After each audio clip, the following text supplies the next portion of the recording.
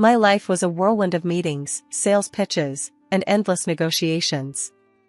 I'm Anna, 38, and I've climbed my way up to sales director at one of the top car manufacturers. My world was about hitting targets and sealing deals, not romance or late-night dates.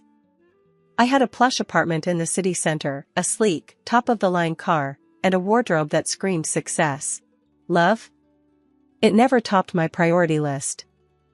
Then Alex walked into my office, a fresh hire, 15 years my junior, with a smile that could knock you off your feet. Anna, right? I've heard a lot about you. Looking forward to learning from the best, he said, extending his hand. His confidence was off the charts for someone so new. Hope you're ready to work hard, I replied, taking his hand. It was firm, confident. This place doesn't run on smiles alone. Alex nodded. Absolutely. I'm here to give it my all. Our interactions were professional at first. But Alex had this way about him, a charm that was hard to ignore. He'd drop by my office with reports, always eager to discuss strategies or the next big sale. His enthusiasm was infectious, and I found myself looking forward to our little meetings. One evening, after a particularly grueling day, Alex knocked on my office door as I was about to leave. Fancy grabbing a bite? My treat. I've got a few ideas I'd love to run by you. I hesitated. It wasn't like me to mix work with personal time, but something about his offer was tempting. Sure, why not? But I'm choosing the place, I said. Dinner was a revelation. Alex wasn't just a pretty face with a sales pitch. He was smart, insightful, and, surprisingly, wise beyond his years. He listened intently as I shared some of my experiences, nodding and throwing in his 2 cents. As the night wore on, the conversation shifted from work to personal stories. I found out he was passionate about cars, not just selling them, but understanding their mechanics, their soul. He had this dreamy look when he talked about his favorite models, which made me laugh. You're like a kid in a candy store, I teased. He shot back, and you're the tough cookie everyone's afraid to crumble. Heard the rumors, you know. But I think there's more to you. His words caught me off guard. No one had dared to speak to me so frankly in years. It was refreshing, unsettling even. As we parted ways that night, he said, "Thanks for giving me a chance, Anna. Not just at work. Tonight was nice." I found myself smiling all the way home. Alex had managed to chip away at the wall I'd built around myself, and I was both terrified and thrilled by it. Our relationship evolved quickly after that night. His attention wasn't just flattering, it felt genuine. He'd leave notes on my desk with silly jokes or quotes from our conversations. And his bright, beautiful way of looking after me made my doubts about the age and income difference seem insignificant. But love isn't just about the butterflies or the stolen glances across a crowded room. It's about choosing to stand by someone, to merge your lives together with all the risks it entails. When Alex asked me to marry him, my heart wanted to leap out and say yes, before my brain could catch up with all the reasons it was a bad idea. You sure about this, Alex? I mean, look at us. I could practically be your... Stop. He cut me off, his eyes serious. I don't care about the age thing, Anna. I love you. That's all that matters. And your money? Come on, we both know I'm not with you for that. His words were like a balm to my nagging doubts. Alright, but we're doing this as equals, got it? We split everything down the middle. Wouldn't have it any other way, he replied, pulling me into a hug. So, we did. We combined our lives, our finances, everything.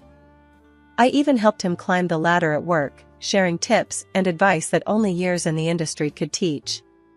He was a quick study, impressing everyone, including my boss. Our partnership seemed unshakable. Life with Alex was like stepping into a fast car with a full tank, ready for the long haul. We decided early on to handle our dough like a team, splitting expenses down the middle, half to us, half to a joint account we set up. Makes sense, right? Keeps things square, I said, laying out the plan on our kitchen table, scattered with bills and our laptops. Damn straight, Alex agreed, tapping away on his calculator. And hey, about the apartment. It's ours, babe. Your name's going on that mailbox too. I cut in before he could get all shy about living in my upscale pad. His grin was all the thanks I needed. And when I handed him the keys to a shiny new car a week later, his eyes about said it all. For real, Anna? This is too much. Consider it a bonus for being a top-notch husband. Plus, you gotta look the part at work, right? I winked, tossing him a box with a high-end suit. Work was where we really kicked butt together. I poured everything I knew into this guy, teaching him the ropes, the shortcuts, the long plays. Before long, Alex was nailing it, climbing the ladder till he landed a big promotion. Head of the department, can you believe it? He beamed, still a bit dazed. Proud? I'm beyond. You earned it, with a little help from your favorite mentor. I teased, but inside, I was all warm and fuzzy. We were a dream team. Then, out of nowhere, I hit a snag.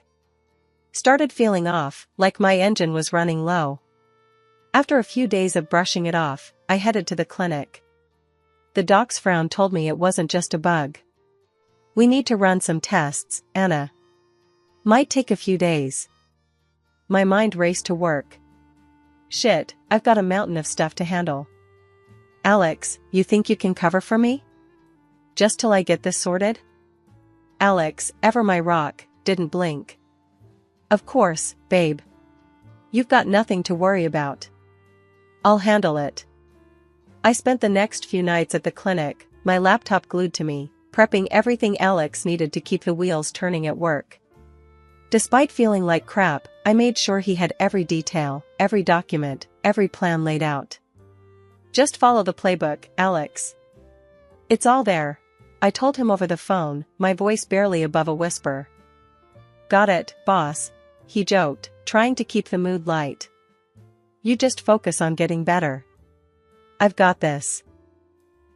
But as the days stretched out and my return to work got delayed, I leaned on Alex more and more. Each call, each email, I could sense he was feeling the pressure, but also thriving under it. You're doing great, Alex.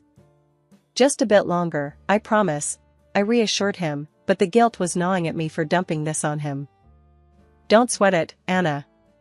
We're in this together, right? You'd do the same for me, he said, and I could hear the smile in his voice, mixed with a hint of something else. Pride? Excitement? Hard to tell. Back on my feet and back at work, I barely had time to catch my breath before my boss called me in. Anna, you've been away. Alex stepped in, and, well, he nailed it. He started, not beating around the bush. I braced myself, expecting a pat on the back for training him so well, but instead, I got sucker punched. He's taking over your position. You'll be moved to a different department. Lower profile, he finished, avoiding my gaze. I was floored. All the work I'd poured into those negotiations, every strategy, every word of that winning speech, was mine. Yet, here I was, getting sidelined in my own game. But, I laid the groundwork for that.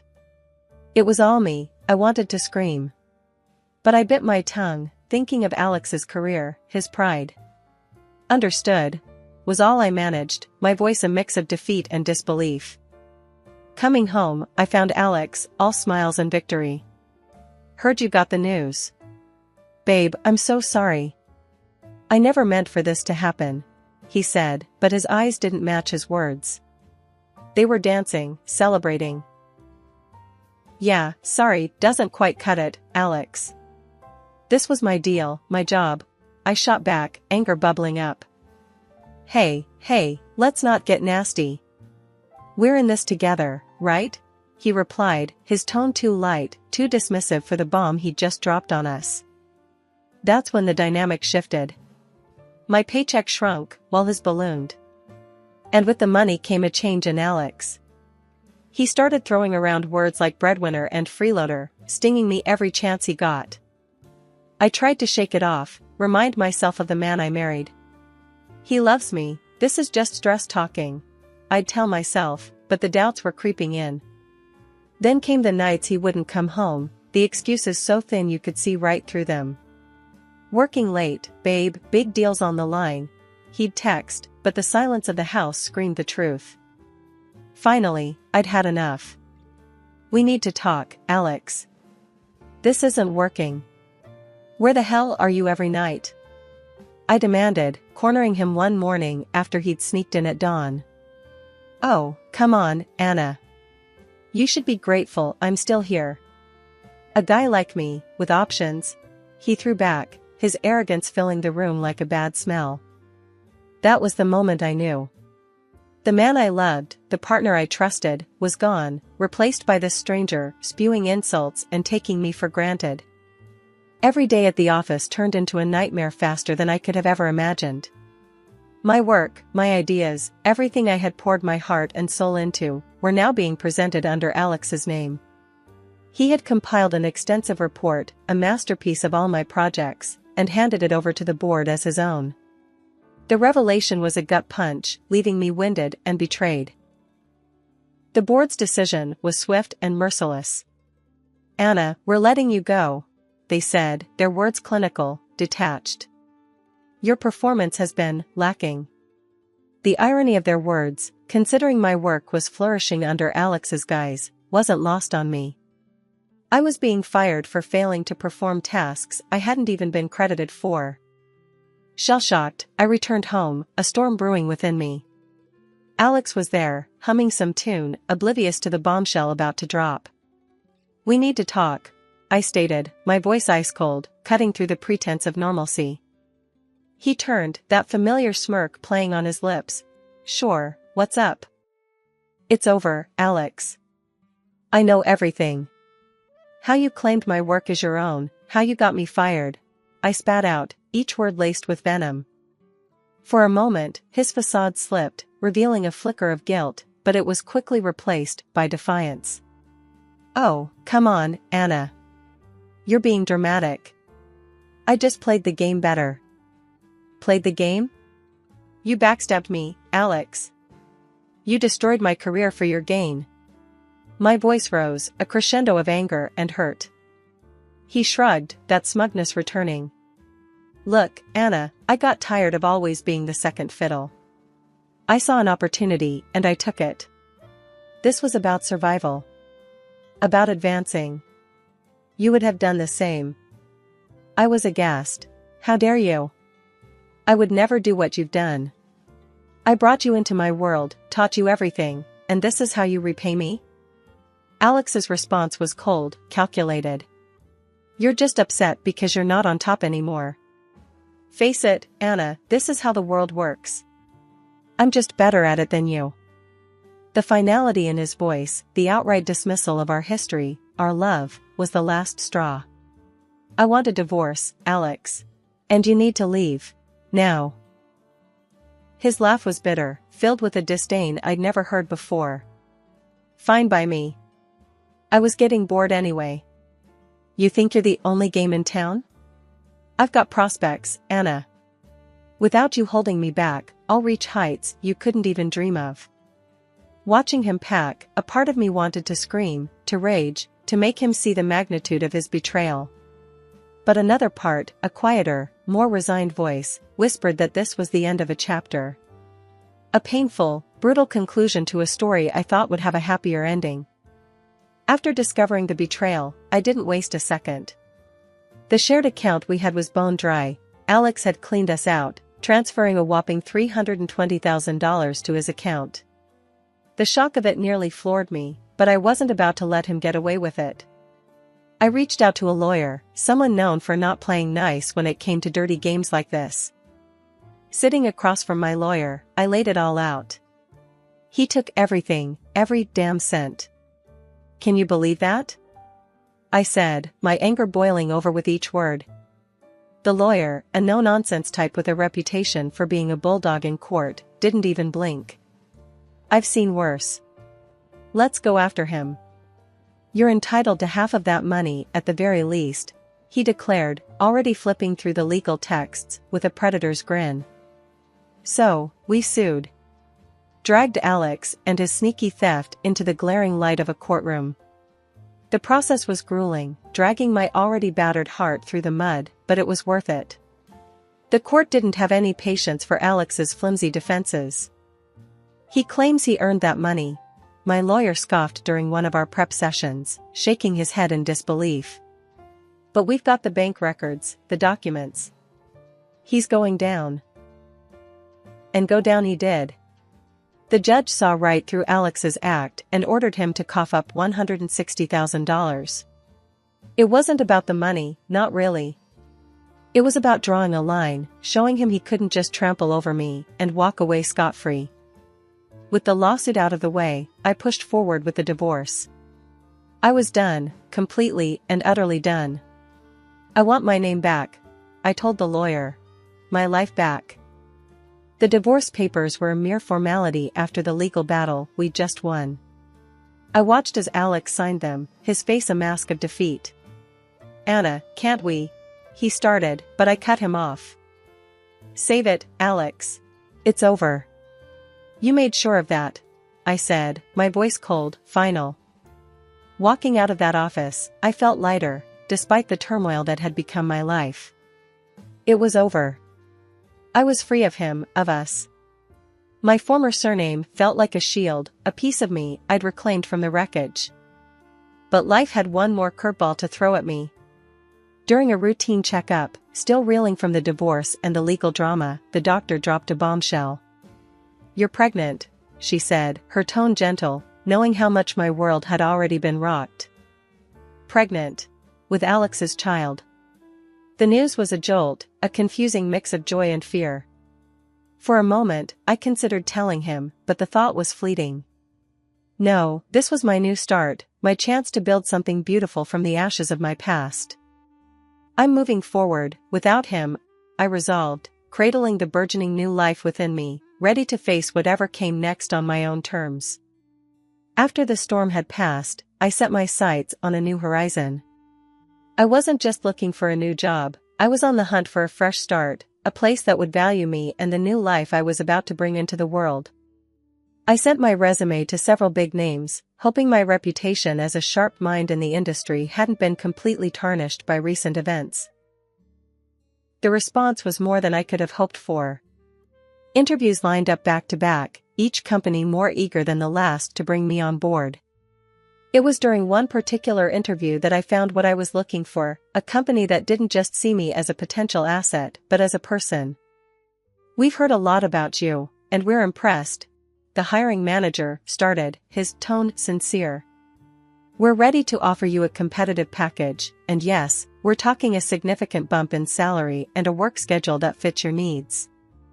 I leaned in, ready to negotiate, but also to lay all my cards on the table. "I appreciate that, really.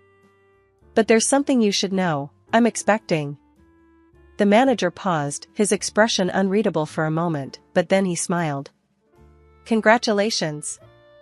That's not a problem. We offer remote work options, and we'd be more than happy to accommodate any appointments or needs you might have." It was more than I had dared to hope for. "Thank you," I said, feeling a weight lift off my shoulders. "I won't let you down." With the job secured, my next project was my apartment. It needed a makeover, not just a fresh coat of paint but a transformation into a home ready to welcome a child. I pored over designs and themes, wanting everything to be perfect. In between setting up the nursery and picking out the softest, safest baby gear, I started attending courses for expectant mothers.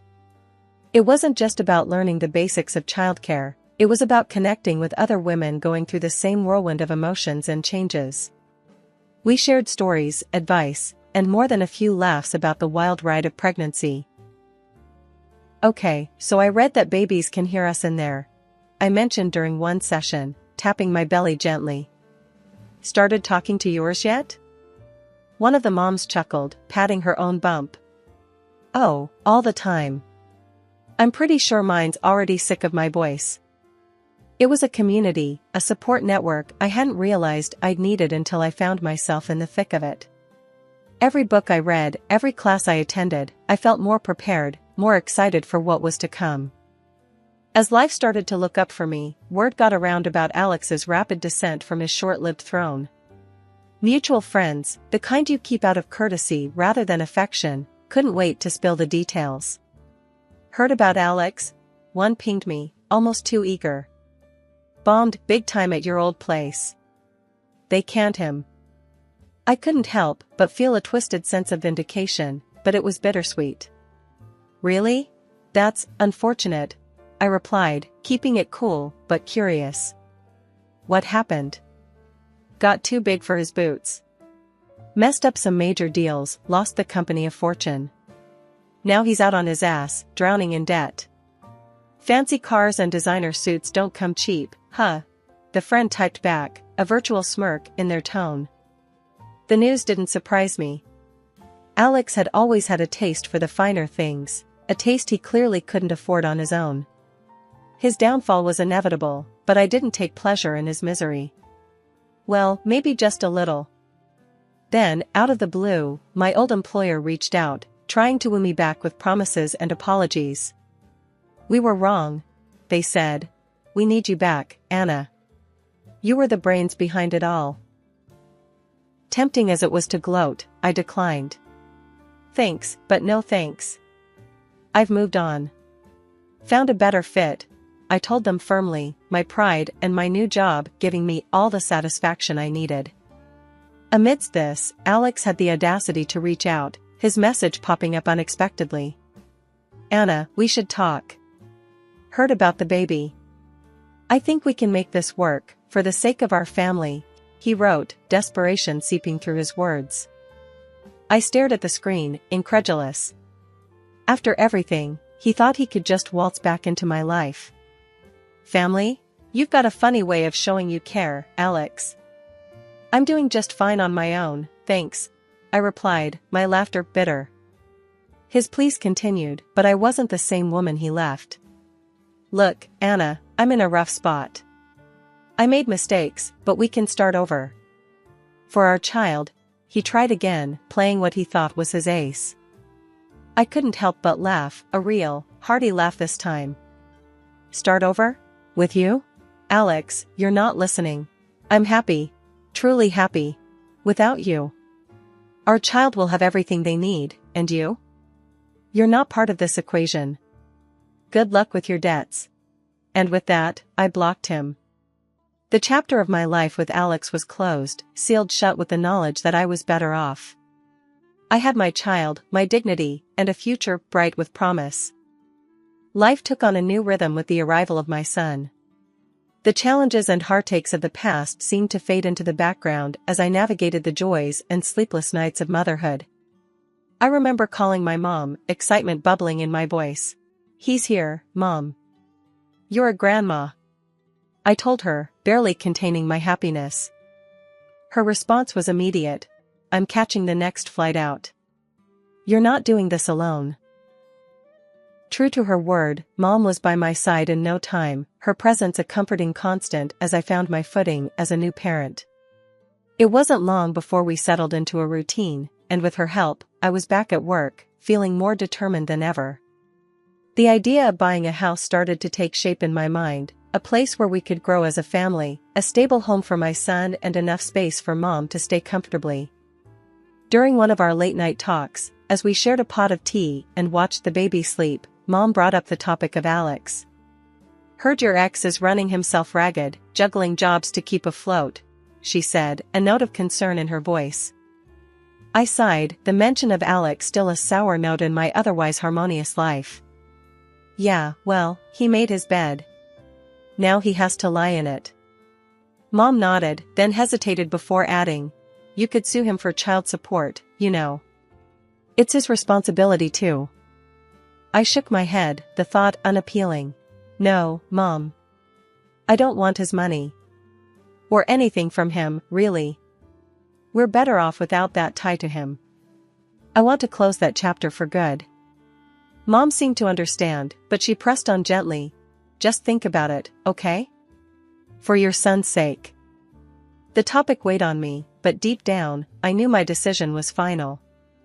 I wanted a clean break from Alex, a future untainted by the past. The idea of the house became a plan in motion. I found myself browsing listings, imagining our lives in each space. "What do you think, Mom? Too ambitious?" I'd ask, showing her pictures of backyards and spacious kitchens. "Nothing is too ambitious for you," she'd reply, her faith in me unwavering. "You've proven that time and again." My son's laughter filled our apartment, a sound that made every hardship worth it. My career was on an upward trajectory, my personal life rich with love and support. The house, when we finally found it, felt like the last piece of a puzzle clicking into place, a symbol of new beginnings and hard-won peace.